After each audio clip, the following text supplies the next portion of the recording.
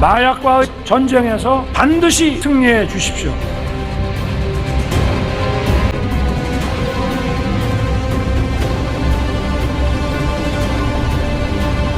방송을 나가서 검색대 사이로 빼내줬다. 지금부터 저희 정부가 반드시 막아내겠습니다.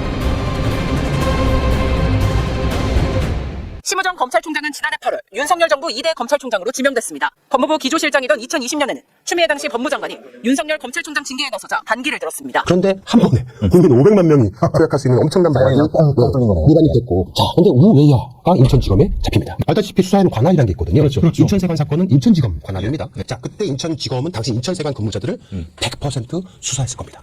그렇죠. 우외를 잡았으니까 얘가 왜 이렇게 자주 통과됐지? 이 제보자는 당시 사건을 담당했던 검찰 수사관 중에 한 명입니다. 그래요? 예. 그분의 얘기를 들어보겠습니다. 네.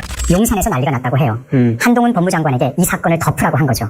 그때 한 장관은 당시 심우정 인천지검장에게 사건을 묻으라고 지시했다고 합니다. 그런데 한 장관이 이 사건을 잘 덮어줄까 못 믿어왔던 김건희 여사가 당시 이원석 검찰총장을 통해 직접 사건을 잘 묻는지 챙기기 시작한 거예요. 이 사실을 알게 된 한 장관은 화가 엄청 났다고 합니다.